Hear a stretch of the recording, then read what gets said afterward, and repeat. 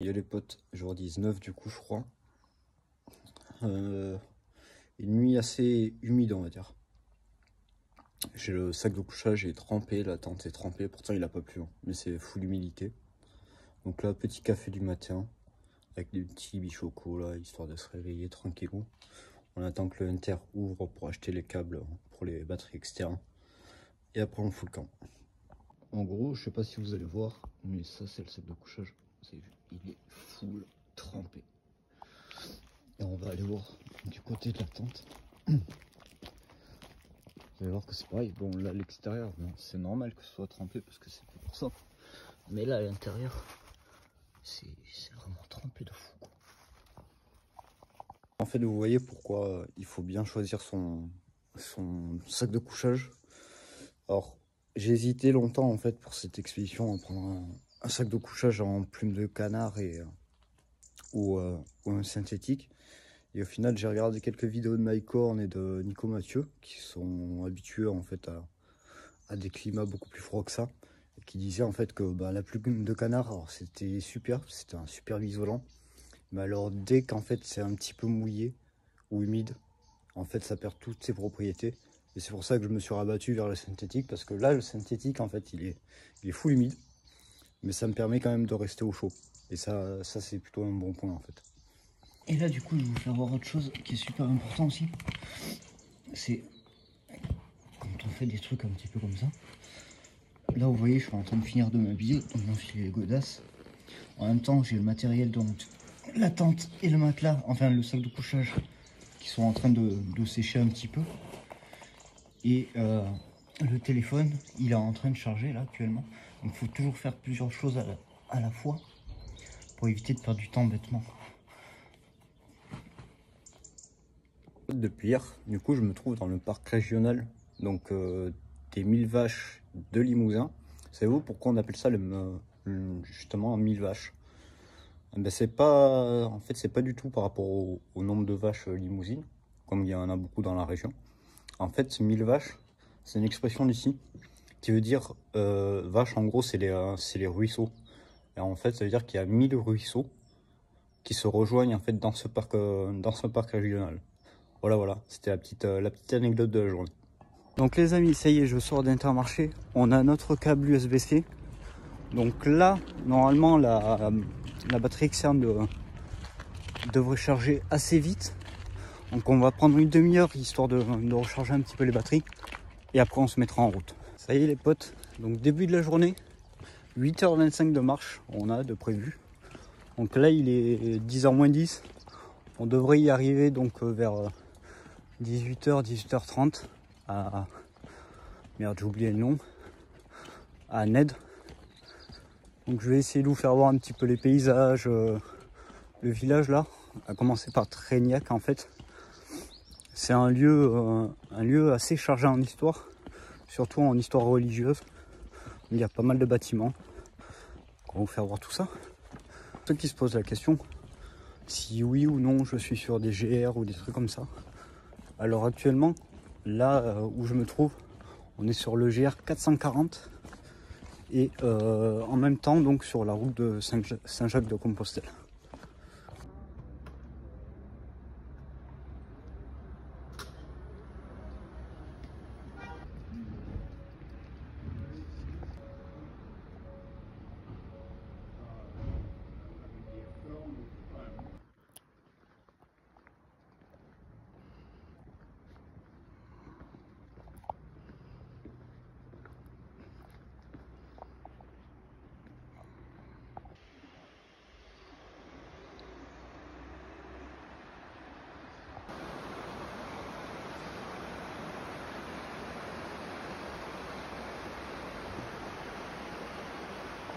Regardez sur quoi je tombe les amis, c'est un truc de fou. Alors je sais pas qui sont ces gens, mais franchement, la sculpture comme ça en métal, c'est un truc de fou furieux.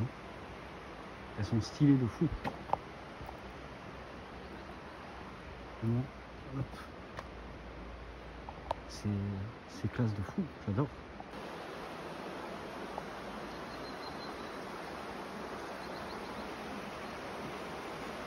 Les potes, vous voulez du panorama?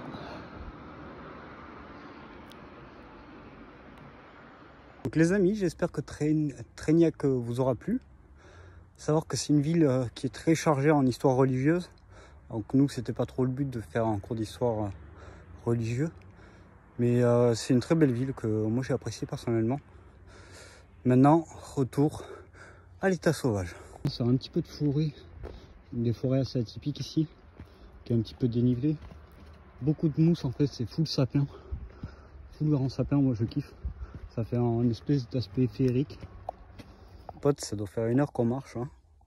J'ai décidé de me faire une petite pause histoire de boire un coup. On va retirer le tour de cou aussi. Regardez un petit peu. Voilà. C'est comme ça depuis tout à l'heure. Donc il y a pas mal de traces de l'être humain. Hein. Cette portion-là, ça a été découpé par l'être humain. Avec la petite ferme en fond. C'est des grandes forêts de sapins, j'adore. C'est incroyable. Donc là les potes, il est 11h32. Je viens d'avoir une petite portion de 50 mètres de route. Donc là je re-rentre dans les bois.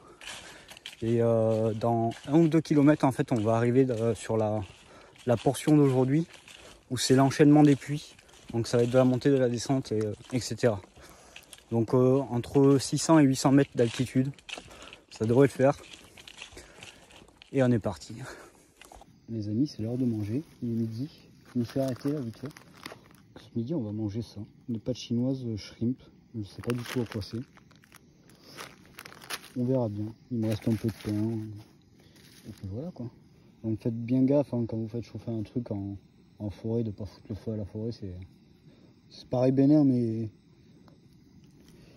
bon. Du coup c'est ces petites pâtes là en shrimp. Donc aux crevettes. C'est pas dégueu. Par contre la sauce ils ont abusé sur le citron. Il y a vachement de citron dans la sauce. Mais sinon les pâtes sont bonnes. Il est midi 20. Reprise de la progression, on a bien mangé, c'était pas trop mal. Comme d'habitude, on laisse rien traîner par terre, on ramasse tout, on n'est jamais passé ici. C'est de l'éducation, mais bon, c'est important de le rappeler. Donc là, on va ici pas se vautrer comme des cons. C'est ça aussi la difficulté, comparé au GR10, où j'avais environ même pas 10 kg sur le dos. Là, j'en ai une trentaine. Et donc, c'est pas la même difficulté à monter et à descendre quelque part. Voilà les potes, je me trouve en face du puits de Noailles, donc 700 mètres tout rond. Derrière cette forêt là, on enchaînera avec le puits de Dagès, mais du coup, c'est vrai, bon, on a une petite vue d'ensemble assez sympathique. Mais je vous avouerai que je suis assez déçu, donc il me tarde de passer au volcan d'Auvergne. J'en attends beaucoup d'eux, en termes de vue. Parce que là en fait j'ai monté mais j'avais quasiment pas l'impression de monter. Je pense qu'on était sur une pente à 5% à peu près. Donc assez déçu. Mais bon, je m'y attendais. Du coup les potes, je pense que si c'est comme ça en fait tout le long là jusqu'à Ned, je pense qu'on va pas trop s'attarder. On va bombarder, je m'arrêterai faire quelques plans s'il y a des plans sympas à faire. Mais je pense qu'on va bombarder parce que sinon on va arriver là-bas à 19h. Ça va être le bordel, la nuit va être tombée pour installer le bivouac, ça sera la merde. On se retrouve tout à l'heure.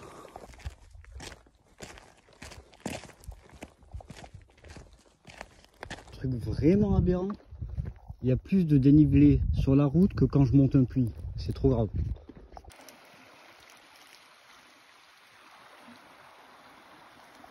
Les potes là ça risque de devenir chaud parce qu'il y a le panneau chasse en cours. Seulement là on est sur la partie, enfin sur le sentier du GR quoi.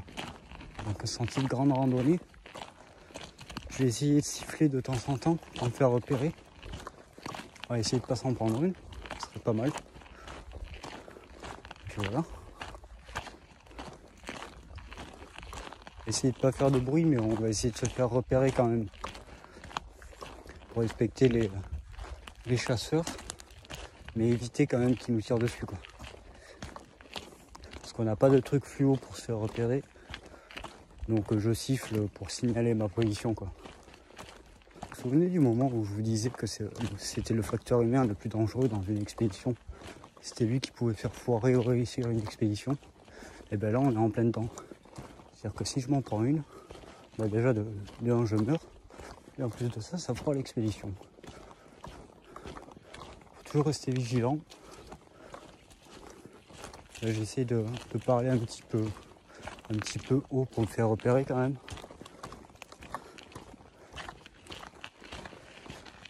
Voilà. Vous savez les potes, là je me dis qu'ils sont peut-être partis les chasseurs parce que j'ai vu un panneau chasse en cours, mais j'ai vu aucune voiture. Il n'y a pas l'air d'avoir de chiens non plus, je les entends pas aboyer. Et normalement quand ça chasse en meute comme ça braille à tout va. Donc je pense qu'ils sont peut-être partis à l'heure locale. Ils ont fini la chasse pour aujourd'hui, ils ont juste oublié de ranger les panneaux. Du moins je l'espère. Pas si mal la vue. Je suis à 500 mètres d'un village, d'une bourgade en fait, qui s'appelle La Selle. Donc il y a tout commerce là-bas. Et on voit absolument rien tellement il y a de végétation, c'est un truc de fou. Oh ouais, je sais ce que vous vous dites. Qu'est-ce que tu fous bordel de merde? En fait, je suis à La Selle. Il se trouve qu'ils ont un camping municipal qui est gratuit, les emplacements on les paye pas.